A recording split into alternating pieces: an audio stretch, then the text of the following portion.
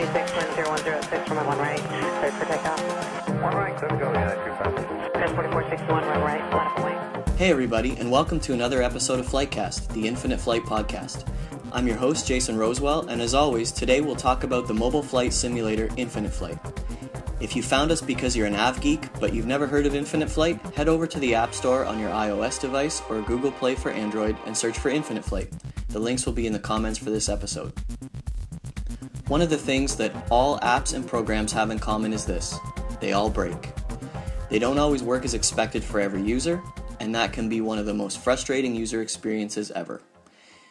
You've worked hard for your money, or your parents have worked hard for their money, which they've given to you.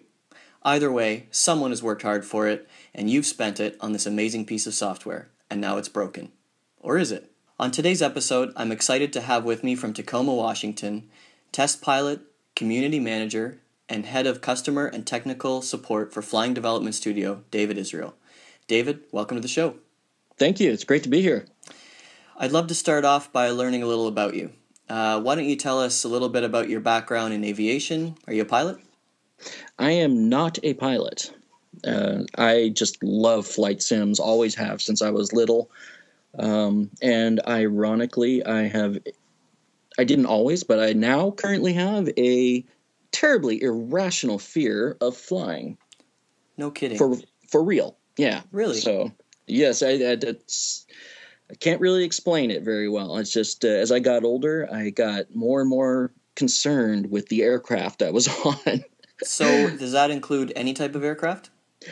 I would probably get on something smaller if I knew the pilot and be fine. I think it's just I have this control problem as I've gotten older. I just, for some reason, you see the things in the news. I go overreact to aircraft or airline disasters, and then I used to read a lot about them and learn about them, like what went wrong, how they happened, and a lot of them were just, you hear these terrible disasters were just so easily avoidable, and that freaked me out enough to where I just developed an irrational fear of flying, and I haven't flown since 1996. Wow. So do you feel like that holds you back from things that you want to get done? No, not really. My wife and I will joke about travel sometimes. She'll say she wants to go to Japan or something, which I would love to do. I'd love to see the world, especially Japan or any part of Asia, really. But we joke about it, and I say, I just, as soon as they build that bridge, I'm all about going over there. I got one word for you, man. Yeah. Drugs. Yeah, I know. Yep. You can't be afraid if you're asleep. Now that I have to qualify the part where I said I haven't flown since 96. I haven't flown sober since 96. Now, after that, I had gotten on a couple planes by myself, and I medicated myself, washing it down with some pretty strong airline Bloody Marys. The only problem with that is I have no idea what happened during the flight. Right, and we should probably put out a disclaimer here. Don't drink responsibly. Don't get on an airplane when you're inebriated. Yeah. They don't like that unless you're quiet. Right. If you're just a fall asleep drunk, then that's okay, right? Yeah, I just did it so I could chill out and not have a flip out while I'm on the plane. Well, that's really interesting. I'm sure that some of our listeners will be able to relate to that. Yeah. Well, I hope you get over your fear of flying and can take to the skies to take your wife on vacation. And until then, there's boats. There are boats. I do hear about that. It's more, it's not a fear of flying as much as a fear of being a passenger with a bad pilot. Or more of a fear of stopping very suddenly. Well, maybe you need to make more pilot friends then. Exactly. All right, so you've been with Flying Development Studio for a while. Tell us how you got started with them and what your role was at the start. Well, it goes back to right about when they very first launched on iOS in iTunes.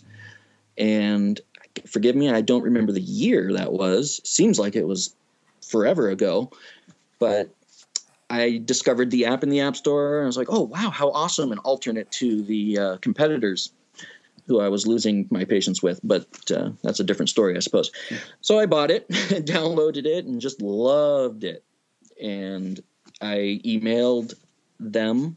I didn't know who I was emailing at the time. Turned out it was Matthew LeBon, and he was really, really nice. And I told him how much I love flight sims and how much I really like his, and how great it is to have something new for the mobile platform when there was really so few flight simulators, or at least few legitimate flight simulators for mobile. And I guess he appreciated my enthusiasm, and I asked if I could help in any way to beta test. And he said, sure, yeah. And next thing you know, I'm beta testing, and then I was harassing him for all the time about things I found that might need fixing or could be tweaked, or, just general beta tester stuff. And about a year and a half, maybe, almost 2 years ago, I think, he and Philippe asked me if I would like to join the Flying Development Studio team as their community manager.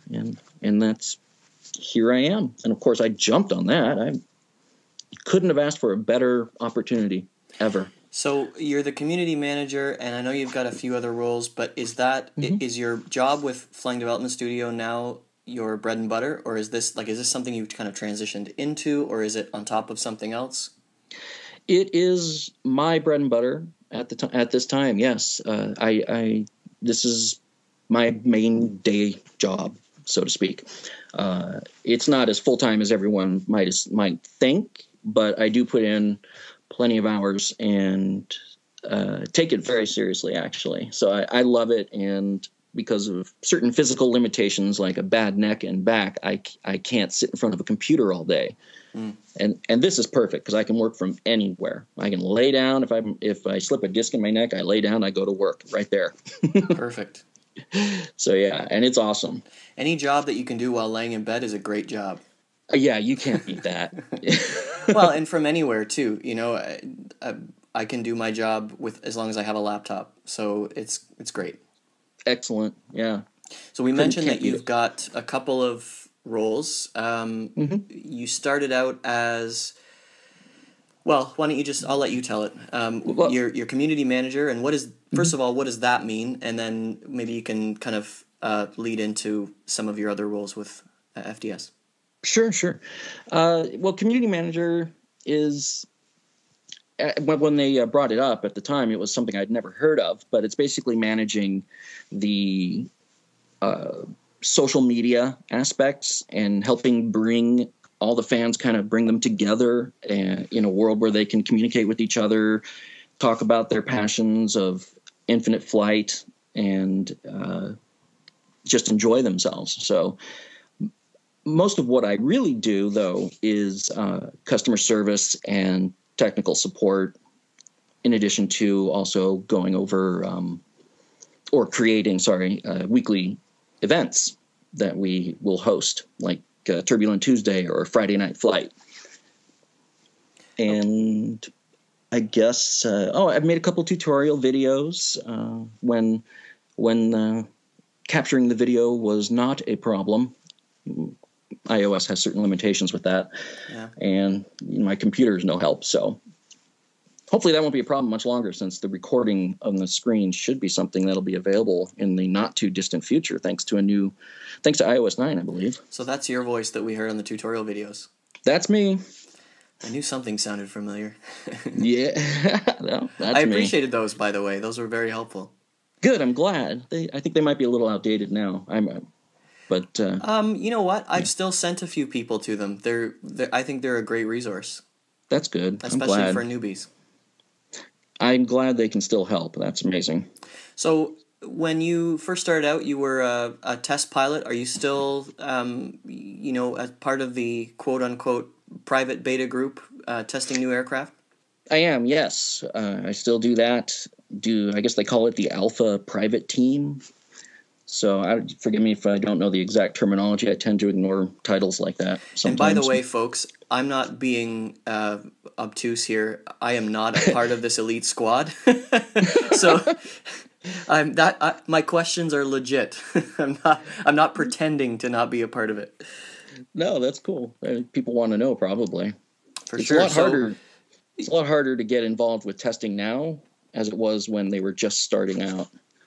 Right. So when they're just starting out, they're still finding people, and at the time there was no live, right? So the community, Right. I would assume, the community was quite a bit smaller. They were still growing their fan base, and you kind of got in on the ground floor. Basically, yeah, that's pretty much it. And Infinite Flight Fan Group, IFFG, on Facebook is another great example of how the community has taken off and continues to thrive and expand. Yeah. All right. Well, let's get into the technical and customer support side of things. What's the best way for customers to deal with their problems they might be experiencing with the game? A lot of problems are really very easy to resolve and don't necessarily require any expertise or even any need to contact anybody. Of course, they're welcome to, but there are things that everybody can do for your basic troubleshooting. Most common is somebody will say or communicate that the app has crashed, or just suddenly just goes right back to the start screen and they can't start it back up. And in most cases, that's really just caused by the device CPU running slower, getting a little overburdened, and the onboard memory, the RAM, will get overtaxed. So then the apps just shut down. And with these devices, the best way to resolve that is really just close out any apps that may have been still running in the background and completely shut down the power of the device, restart it, relaunch the app, and a lot of the time, problem's gone. There's a saying in technical support, if in doubt, reboot. Exactly, yeah. And for anyone who's a fan of the show The IT Crowd, the first thing IT will ask you, have you tried turning it off and on again? Yes. So you've heard it from the technical support man himself, folks. If you're having a problem, try restarting. Restart the game, restart your phone, restart your tablet, whatever it happens to be. Then call the IT guy. Yeah. And I mean like a full power shutdown. Not just, closing everything down and restarting the apps, but actually shutting the power off on the device and then restarting it fresh with no other apps running. Yeah, that usually will fix it. Yeah, Power Cycle can often fix a lot of things that are going on.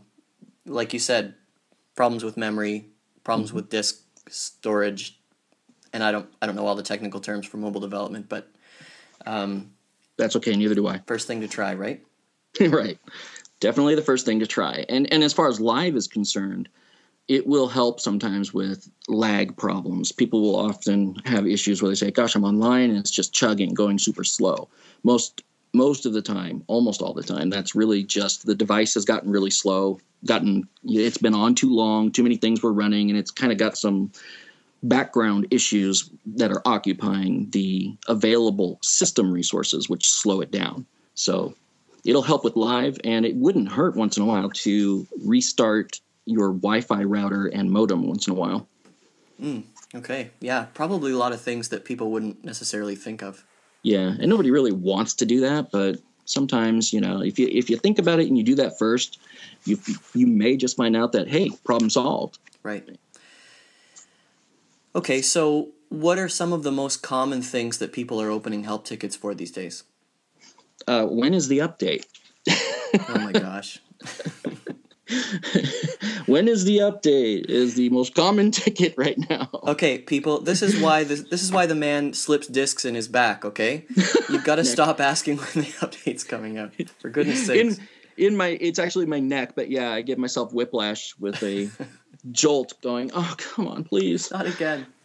But I understand. I get it. They're in their house. They're in their world. They don't see all the things I see. So nobody's asking them every day when the update is. They just have it and they're excited and they want to know. So I get it. I get it. But we tend to answer those questions a lot, and the answers are often already out there, such as like on Facebook or on the new community forum. There will be information about progress or hints of what we're working on and whatnot. I say we loosely. I'm not working on any of that except for the testing part because I don't do any coding or development. Sure, that's fair. But yeah. You seem, just by talking to you for a little while now, David, you seem like a really even-keeled guy.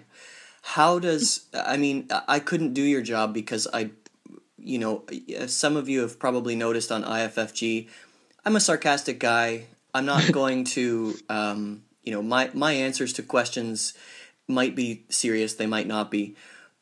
How do you do this day in and day out and not want to, throw your computer out the window? Fortunately, those particular instances of frustration don't occur very often. When they do, I mean, it's going to happen when you're dealing with people in any form. You're going to get frustrated. And I probably lost my cool now and then. I try really hard not to. And I've usually caught it pretty quick and said, gosh, I'm sorry. I really didn't mean it to sound like that or whatever. Because I understand how people are feeling. They are usually, if they're contacting me, it's usually because something has gotten them upset to the point where they need to send somebody else a message. So I try to put myself in their shoes. Right, and they've spent money on this, so right. I guess that's the important part, is to try and put yourself in their shoes, right? Yeah, exactly. I try to do that, and I try to show them the way, so to speak, by disarming them as best I can. Since it's worldwide, that's not always easy. There are a lot of completely different cultures I do not understand that don't quite. I don't know if what the right word is, but they don't always understand the nature of what I'm trying to communicate to them because it's in text through email. Oftentimes, the attitude in an email has nothing to do with the sender, but the mood of the person reading it. Mm. And I can't control that, so it's touchy. So it can be difficult. Right. But it's fun. A lot of times, I've had people write me who were just ripping me a new bottom, and I've answered them in a way that was friendly, a little bit sarcastic, but to a point where I was trying more than anything to make them kind of take a deep breath and laugh. Right. And I've had them go, gosh, you know what? I'm so sorry. I started this message totally inappropriate. I'm really sorry I said those things. You're doing, you're trying to help me. And it's usually ended well. I could probably count on one hand how many times it's backfired. If only we could, it'd be helpful in your job sometimes, I think, to just see the person face to face, because they say that, what is it? Some very high percentage of what we communicate is body language. So, over 75% of what we're saying is not what we're saying, but how we're saying it, right? So precisely. If you don't have that benefit, so nope. It just makes it that much more difficult for you. Because I'm like you, I'm naturally sarcastic. I have a interesting sense of humor, I've been told, and I can go into strange directions with it sometimes. But is that a polite way of saying you're a huge weirdo? That might be, actually, yeah. Thanks, that's good. See, we can't see each other right now, so you can't see my body language, but that was said in jest. Exactly. All right, so we've already talked about people asking for the update. What are some more hot ticket items? Really, other than that, the most common legitimate questions are just what we were talking about a little while ago. The app crashed, or they can't sign on. So a lot of that, since Live has come, there have been a huge amount, it seems to me, maybe not, I might be exaggerating, but there's a significant number of tickets coming in where people say, gosh, I tried logging in on my Facebook and it says no account found or whatever, but I only have this one Facebook and I need you guys to fix it. Well, okay. Every time that has happened, it's turned out that they just forgot. And it really was a different Facebook, or it was a different Google Plus account. Right. Because the system that can't take your credential when you sign in and change it, that's something only the owner of that account can do. And that means either they changed it by, say, deactivating a Facebook or deactivating a Google Plus account and starting a new one, and they just forgot.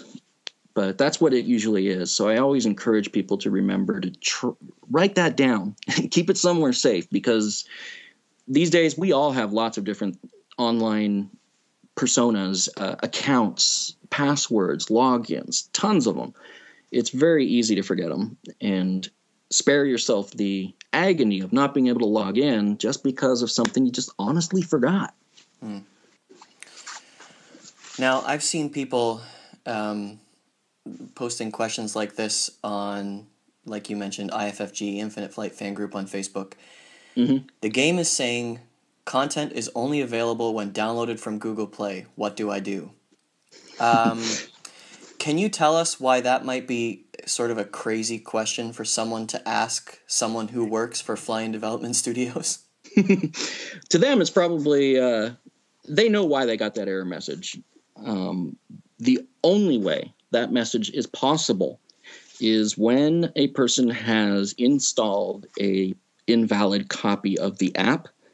It's a kind of a nice way of saying pirated. Right. So what does that mean? Let's boil it right down to the lowest common denominator. Nobody understands what you just said. So what does that mean? Someone's installed a copy that's not legitimate. They went and found, maybe a friend sent it to them, a file of the app that says, hey, everything's unlocked. You can have everything in here. And they go, wow, cool. And they install it, not knowing that they're accepting an invalid copy. There's other places online. I don't want to mention by name because I don't like giving them any more press than they already have. But we've all seen the websites that say, hey, get an unlocked copy of the app. Don't pay. Everything's free. There's plenty of sites like that.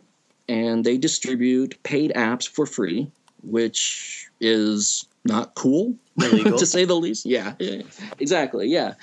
And for one, it's distributing something that a lot of heart and soul and work has gone into. And, like Matt, Philippe, and our other anonymous developers who don't like their names mentioned, but there's at least one other, they work really hard on this stuff. So when something they worked hard on and are depending on, this is their day job, this is their lifeblood, and someone's getting it for free.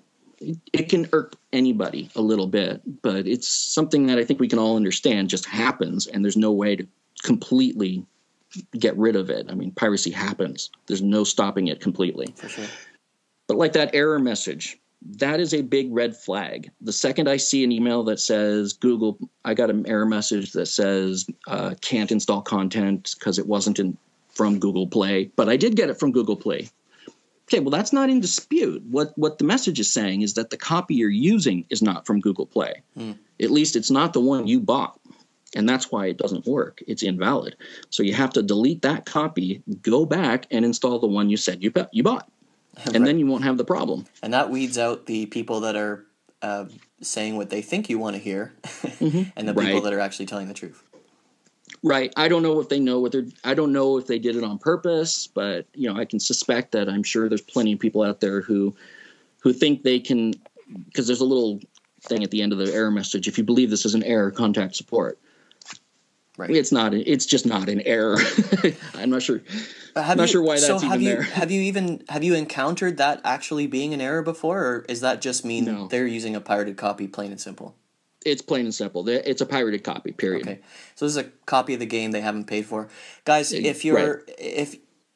what David said is right. Matt and Philippe and these guys are working literally around the clock in some cases, trying to make this game the best they can for you. And really, it's not an expensive game compared to any other flight sims that even hold a candle to it. So, pay the couple bucks that it takes to play it, and they've got to make a living just like the rest of us do. So, now speaking of making a living and things being free or paid, by far the thing that people do the most whenever developers post something on Facebook, the Infinite Flight guys, is they start requesting aircraft and features, and a lot of the time saying, make it free. Yes. So that would drive me, again, to throw my laptop out the window. They did me a solid and they posted a little ad for FlightCast. And the first thing people started doing was asking for liveries and aircraft for the game. And I'm like, yeah, I saw that. guys, that has nothing to do with what they're posting. So can you give us some feature request do's and don'ts? I mean, feature requests are a legitimate thing to do, right? Absolutely. So how do we do that? Well, first of all, the development team definitely wants to hear that feedback. It drives a lot of the content that is going to be worked on. What people don't know is that they go, hey, I have this brilliant idea. I want to see this. What they don't know is, well, pretty much everything's been suggested. But that doesn't mean we don't want to hear it. However, the most constructive way for a person to do that, any fan, is to visit the user voice page that we have, or the community. I'll start with the user voice page, which is what everyone's used to seeing, where they can send the feedback through the button in the app. They open up a feature request and go, hey, I want an Airbus A320, for example. And really? People want the Airbus A320? Yeah, I think a couple people do. Okay, continue. Sorry. What they don't realize is they open a new request and they put their 1 or 2 whatever votes on it and go, cool, thanks, I think it's a great idea. I hope they do it. That's cool. It is a good request, and we are doing it, by the way. But the problem is they just threw their votes away by doing something like that, because that is an extremely popular request that is already existing with over 10,000 votes. And what got that noticed in the first place to get done, or get the work to the point that it's going to be coming soon, is that those vote numbers got really, really high. Right. So when they opened a duplicate, they took votes away from that big total and threw them down a hole that no one's ever going to see. Because what are you going to see more? A tower 10,000 feet tall, or someone's basement? Right. So now you mentioned user voice, and I've used back when this all started, I've used the button to do a feature request. Let's say, let's pretend that button doesn't exist for a minute. Can they get there in a web browser? Oh, yeah, absolutely. They can go to feedback.flyingdevstudio.com. And that'll take them right to or just search user voice. I've found it on Safari or any other browser by just typing in infinite flight features. And it's usually at the top there of links that you can get to. But Great. It's easy to find. It's available all the time. I go through it and look at it a lot. In fact, I look at it every single day, sometimes a few times a day myself, trying to move those duplicates into the main request that's actually being tracked, because it's noticeable. But I can't see them all. There's over 75,000 now. Wow. Okay, so guys, we'll put the link to that user voice section of the website into the comments for the episode. And now, where do we go to open a help ticket? That would also be the same. Can I back up just a little bit? Yeah, I want to backtrack. The community forum is where they can also put their interests or requests into the pool of everybody else's. In fact, you can go to the Infinite Flight community and go to the features category, search first, and you'll probably find that somebody's already requested it. And then you add your comments and whatever else you want, such as a library request. You'll find A320s in there, and there's a request with just probably hundreds of comments by now. Those are as good as votes, those comments. There's no voting in the community. So I just kind of wanted to clarify the difference between the two and let them know that the community one is really a good way to go in the features category. Just when you do open a new one, make sure it's only one thing at a time, not A320, 767 with American Airlines, and I want this region, and I want tire smoke. Putting all those things into one makes it really difficult, if not impossible, to track each individual request. So one at a time is what I'm saying. Okay. Yeah, and I think something you mentioned, you just skimmed over, but I just want to highlight it. And I think this applies in the beta testing area, when you said search for it first. So in the testing environment, the devs would go nuts, Matt and Philippe and Mysterious Man, they'd go crazy if the beta testers were constantly opening new tickets for issues they found if they didn't search for it first. That's true, yeah. Okay, I found a glitch where all of the airplanes are black and I can't see the livery at all. And so then, I've logged that, and then David goes on there and says, hey, what's going on? All the airplanes are black. Just wanted you guys to know. And it's like, okay, let's condense that down. So that applies to the community forum as well. It really does. A search can really, really help, and not only help the developers, but help you guys in getting, like David said, getting your votes in, letting them know that this is a really important thing, because all of a sudden this one thread has grown to almost 1,000 comments. Yeah. And instead of your thread just being lost and someone, the forums can be a very nice place to be, and they can be sometimes not a nice place to be. And I think I'm going down a rabbit hole here, but I think that sometimes again boils down to the fact that we're global. It comes down to language barriers. It comes down to what's the word I'm looking for? Cultural differences, and the fact that again we can't see each other and we're communicating with our keyboard, and it's very easy to say something when you can't see the person's face. It is. So it's easy to just toss a comment out there. So odds are, and this is unfortunate, but if you post something that's already been posted 500 times, you're probably going to get somebody telling you, possibly in a not very nice way, to beat it. It could happen, I suppose. I wouldn't do that, but yeah. No, of course we wouldn't do that, right? But that's just the point is, go ahead and search for it first. Odds are somebody has said something about it, and you can say, hey, that's a great idea. And actually, if you don't have anything to add to the thread, if all you're going to say is, yeah, cool, I want that too, just hit the little heart button and like it. Yeah, that's a really good point to put out there. Like it. When you don't have a lot to say, hit the heart, hit the like button. Those count. For sure. We see those totals. In fact, we see those totals a lot more than we are going to see each individual comment, because there's just way too many. It's easy to see, right? Yeah, it's very easy to see, because you see likes and there's a number next to it, or the hearts, there's a number next to it that we can see. Right. And that's important. We want to know what you like. Okay, so we've talked about the feedback website, which is the user voice site. We've talked about the community, and then you were going to make a comment about, okay, I want to open a help ticket. Something's not right. I can't find my answer on the community forum. What do I do? How do I talk to David? Right, 2 ways to go. One, I'm not awake 24 hours a day, and I don't have my iPad on 24 hours a day. I try. I really do. My wife yells at me at 3 o'clock in the morning, what are you doing?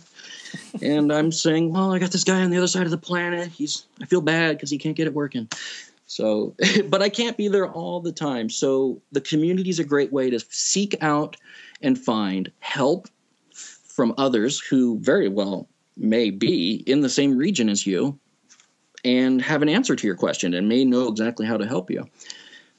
The other way, if you're not so comfortable doing that, just going out and seeking a general forum of help, and you want more one-on-one, then the user voice might be the best option there, which is also through the feedback.flyingdevstudio.com, except in that case, when you get to the page, you'll click on the contact support button and then open a ticket.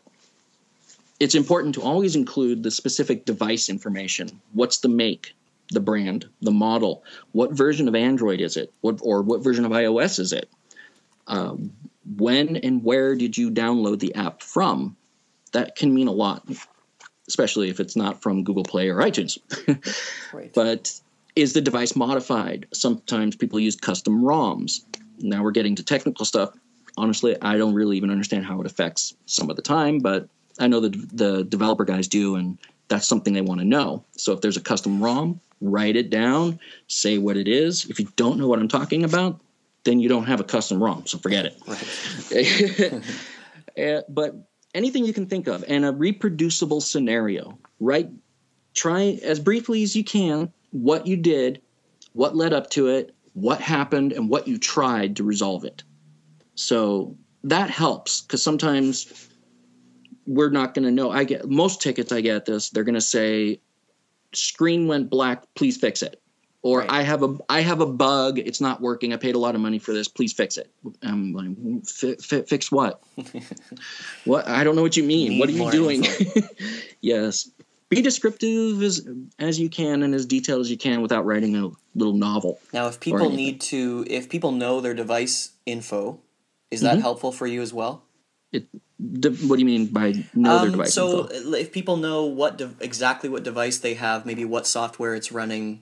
So, for example, if they've got an iPhone 6S that's running iOS whatever. Yes. All of that stuff, is that helpful? Yes, that helps. That's very helpful. Okay. That's basically that. We're right there. We're talking about make, model, and operating system, which is like Apple, iPad, iOS 9.0.2. Right. For just example. And if you don't know how to find that stuff, just Google it. Google it, or go to your device, open the settings, find the about, and it'll be in there. Is that pretty ubiquitous across most devices, how to find those things? Just about, yeah. Okay. I found it's fairly universal. There are, of course, some differences where the menus might be laid out slightly differently with other brands I'm not familiar of, mostly with Android. With Apple, it's very uniform, very easy. All right, let's switch gears a little bit. We've had some questions come in on Facebook. I always like to ask our community, speaking of this great community that we have, and toss it out there. And here are some of the questions that have come in. So you ready? Hit me. All right. So our buddy John Preston wants to know what you think of the overall live experience and the implementation of live air traffic control in the game. Good question. Hi, John. I've interacted with him many times on the forum or Facebook and whatnot. He's an active user for sure. He sure is. I think I've seen him follow me once in a while online too.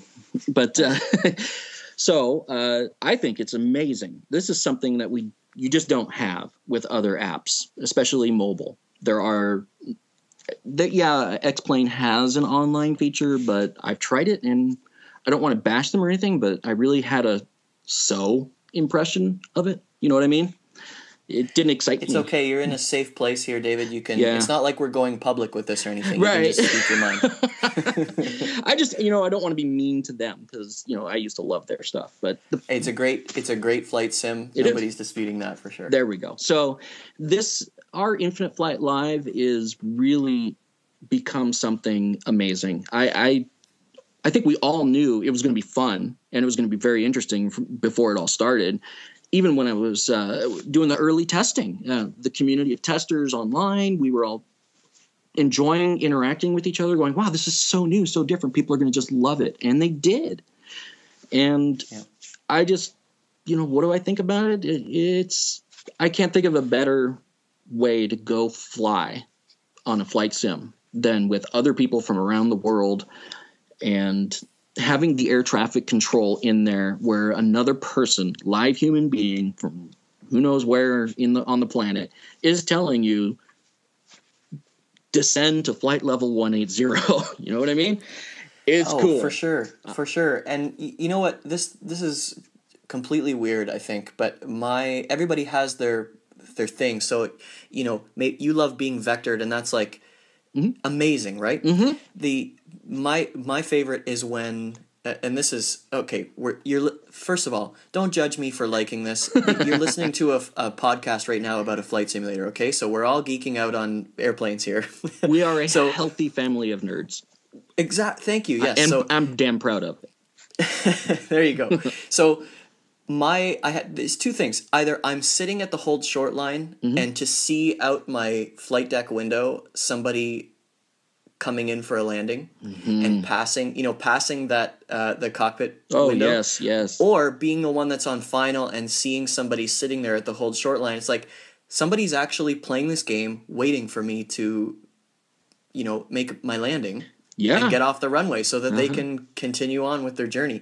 So it's like, we've all had that experience. Now, your experience is much more terrifying, obviously, but of sitting in an airplane and seeing this ginormous piece of machinery falling out of the sky in a controlled way. And it's just and this is the second best thing to it, It really is. I think that's just some of the coolest stuff. Or flying in formation with people. I actually do enjoy it when somebody comes up and flies near me. I don't like it when they fly through me, right? But I like it when there's someone there flying nearby, or even just kind of like politely pulls up into a formation. I don't mind. I think that is so cool. I'm always a little bit flattered by it, actually. Yeah, I was like, hey, they want to fly near me. Yeah, why not? Why? Well, yeah, exactly. Why not? I think everybody can appreciate, keep a safe distance, maybe. Sure, and when you're approaching the airfield, maybe back off a little bit and, exactly follow instructions, or if you're at a Unicom field, I guess you call it. Yeah. Space yourself out a little bit. Make some space on the land. That's the only thing that'll bug me, to tell you the truth, is when people were following me, but then also land right on top of me. Right. I'm like, dude, no. It goes from great to terrible in a matter of seconds. Right. And it's not that they're doing anything right or wrong. It's just my perception, because and it's their perception. They're probably thinking, oh, cool, we're going to land together. And I'm like, oh, no, wait, hey, it was nice flying with you, but please give me some room. Right, so exactly. There's no way to communicate that. And I know people have ideas, but that's going down a whole new topic. But for the time being, it's probably a good idea just to kind of do a 360, Sure. On final. Right. So our buddy Zachary, or as I refer to him, the Tish, has asked the $1 million question. Do you enjoy your job working with people to assist them with customer service and event coordination? So there it is. Oh, yes, absolutely. Oh my God. I live for this, really. I mean, everybody has to work. Most people, I suppose. And yes. There's nothing better than your job being something you wake up going, I love doing this. And that's where I am every single day. It's the first thing I think of when I wake up. It's the last thing I think of when I go to sleep. And I love it. Amazing. It's a lot of fun. And I try to be very sympathetic, because I know people they don't always know what to do. And that's why they're probably sending in a ticket asking for help. So I've stayed up till 5, 6 o'clock a.m. through the night to wait for their replies, because I know where they are. They just want to play. Mm-hmm. And it's probably not healthy for me to do that. But I just want people to know that I really do sit there and wait for your reply, because I want to help you. I put my life on hold sometimes to get you back up and running and at least get a smile back on your face. You know what I mean? Well, then I should say thank you, David's wife and family, for putting up with all of us who need help with our flight sim sometimes. There's no one to blame but myself. I don't have to do that. I don't blame anybody, but I love what I do so much that I'm fine with it. Fantastic. Zaid asked, when people contact you with issues, how do you know if it's pirated or if it's the real App Store version? So I know we've talked about this a little bit already. We talked about Android specifically, but I know that if you have a jailbroken iPhone, then I'm assuming that we could run into the same issues. Can you kind of comment on, is there a way for you to know other than what they tell you? I usually know almost immediately by the way they've described the problem, whether or not it's pirated. It's a matter of being sure more than anything. So I may sit here and think, oh, I'm confident, I know it's pirated. I'm not going to necessarily respond immediately with my judgment on that. But Apple, of course, is different. Android, it's really obvious. They'll usually say, I can't download anything. Whenever somebody says, I can only use the Cessna 172 in San Francisco. Okay, well, that's because you have a pirated copy. I know that immediately. Right. And that would be true, too, for Apple. But you're not going to get, obviously, the Google Play error on Apple. But that would be with, say, a jailbroken device.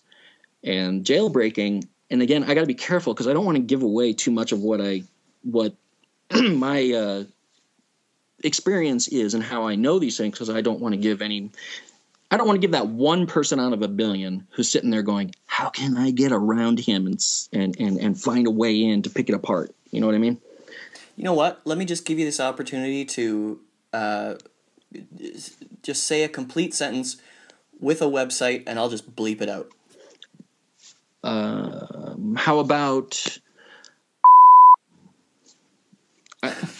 I got there it is. So you can go over to and you can download your pirated copy of Infinite Flight, and then when you open a support ticket, David can bop you over the head with your device, and then we'll all just carry on.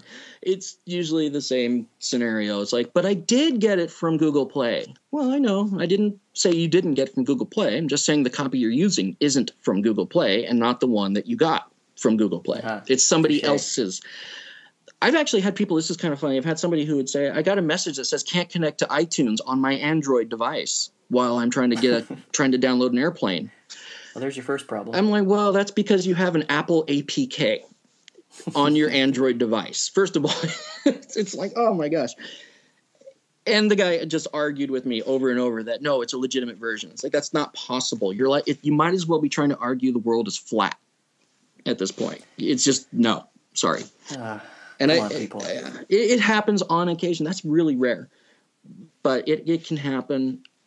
Apple products, you're only going to have the problem if it's jailbroken, and that's usually because there's something wrong with your version of the iOS that is installed at the time of the jailbreak.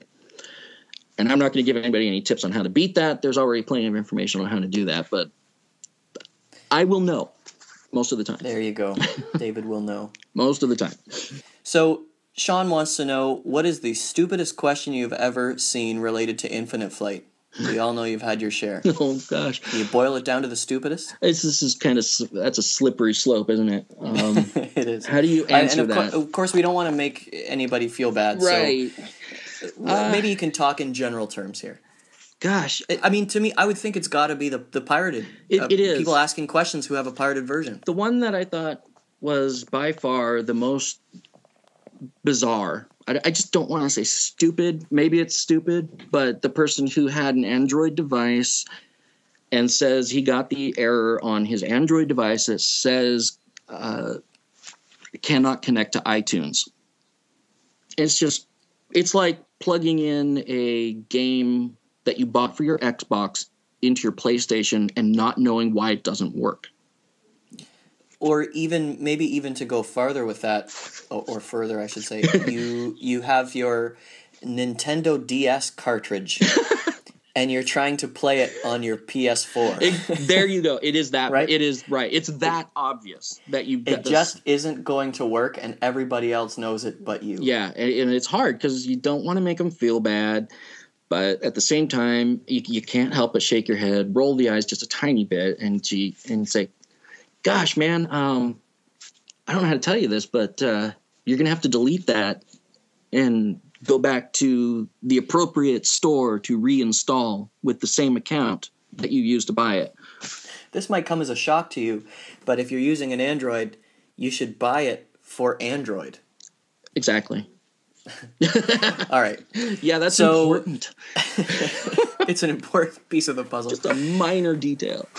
So Ian, who always has tons and tons of questions, he's asking, okay, and I kind of want to go off of Ian's question a little bit, but he's saying, do you have to decode a lot of bad English, grammar, and broken English?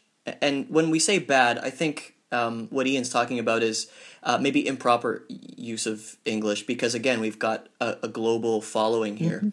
Mm-hmm. And we see it on IFFG, and we see it on every single post that Infinite Flight makes on their Facebook page. So, yeah, you know, do you see a lot of that? And with the cross-cultural stuff, how do you navigate that? How do you mitigate it?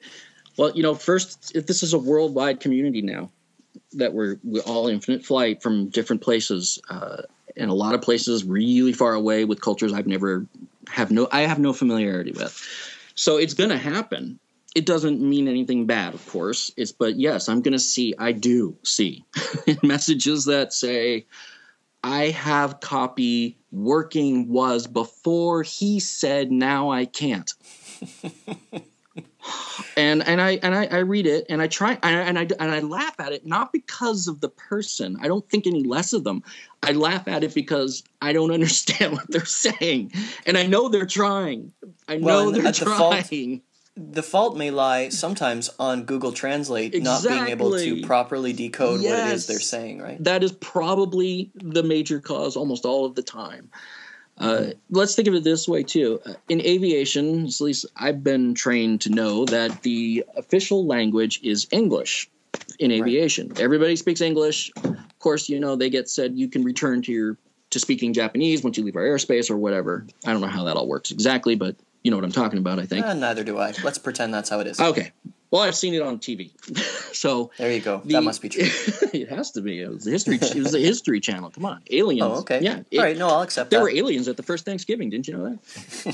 I've gone way off track there. I hope so. Let's rewind a bit. There's going to be language barriers, and I try my best. I can't.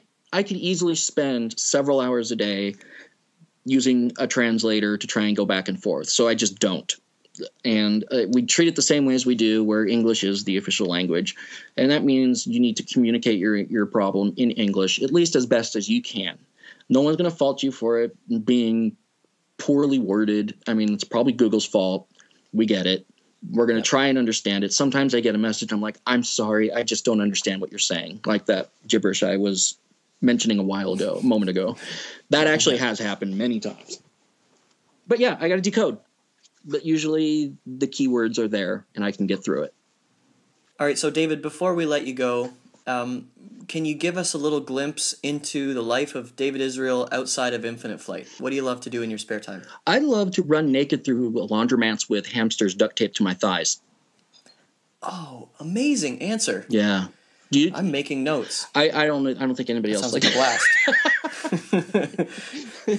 blast. Seriously though, and yes, I am joking. The daily life for me really does, even when I'm not working, is about Infinite Flight because I love the flight sim. I'm almost always flying. I'm online doing something, or hard to say. Other than the Infinite Flight, I do music. I make music, electronic, with a focus on ambient electronic under the name my alter ego, Smite Matter. I couldn't for a second there. I almost said something totally different for some reason. I'm not sure. Well, we'll make sure we get the name of the band right. So it's Smite Matter, and that's awesome. Where can we listen? You can find my music on Spotify. It's available pretty much everywhere. Any digital retailer like iTunes, Amazon, eMusic, Rhapsody. It's all there, except for Pandora for some reason. I don't know why, but it's all over the place. And I do it on my iPad. I make all my music from cradle to grave, from the first note to the final master, all done on my iPads. On iPads? Yep, completely. All using synthesizer software and a MIDI keyboard and my headphones, my mic, my speaker. It's a little. You just go into your own little world with your headphones on, and you just create. Usually, yeah. I have a really nice monitor that I use so that I can actually make sure I'm not, I don't want to get into too many technical details, but to make it sound right, so one piece isn't too loud, I have my monitor, a really good one that lets me do it, and it's all digital, so it really doesn't matter what you're doing it on these days. These things are computers. So people are doing it on laptops with things like Pro Tools. I just happen to be using a different brand. Sure. Before we let you go, David, is there anything else that you want to let our listeners know while you've got the mic in your hand? Just thank you, everybody. This was actually a lot of fun. I'm glad I got a chance to do this. And it's not what you're doing, Jason, by the way. This is another great example of the community just exploding and making it more interesting and fun and bringing more people in together. So I think it's my pleasure. It's just great. And every single person online, it's fun to play. It's fun to get on there with you guys. And don't be afraid to open a support ticket. Just do what you can to get that basic troubleshooting done yourself, just for you, because you'll probably find you can solve your own problems a lot quicker. But I'm here for you. Just, if in doubt, have you tried turning it off and on again? Yeah. Ask yourself that. But I'm here for you. David, thank you so much for joining me. It's been awesome. Thank you. I had a lot of fun. We'll let David play us out with a track from his album Chapters called Cecilia Ran Away from Smite Matter. That was Infinite Flight Community Manager, Test Pilot, and Head of Tech Support David Israel. If you have more questions for David after today's chat, please leave them in the comments for this episode, on the Infinite Flight community forums, or on Facebook.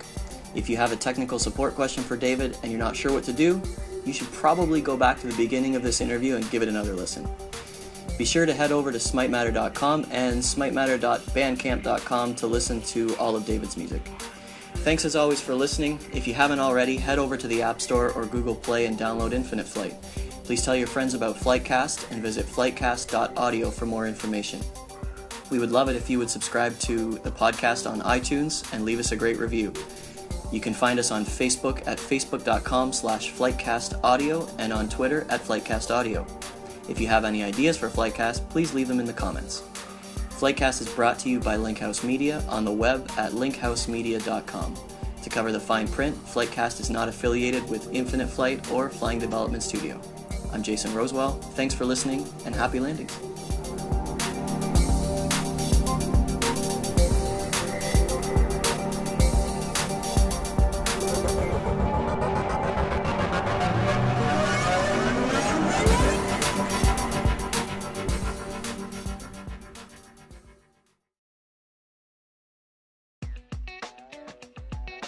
On today's episode, I'm excited to have with me from Tacoma, Washington, Test Pilot, Community Manager, and Head of Customer and Technical Blah. Let's do that one again.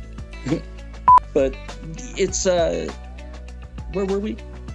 My train derailed. You want to start that one again? There it was. Yeah, my train derailed. Good. Well, you haven't given me any bloopers for the end yet, so I need some. Okay, good. So let's see. The question was, I'll just read. Yeah, but so how feature request do's and don'ts. So did I hear a friggin' cuckoo clock or something in the background at one point? You might have. That's like it's in another room on the other side of a door. But yeah, there is a cuckoo clock in the house. Unless I have Tourette's.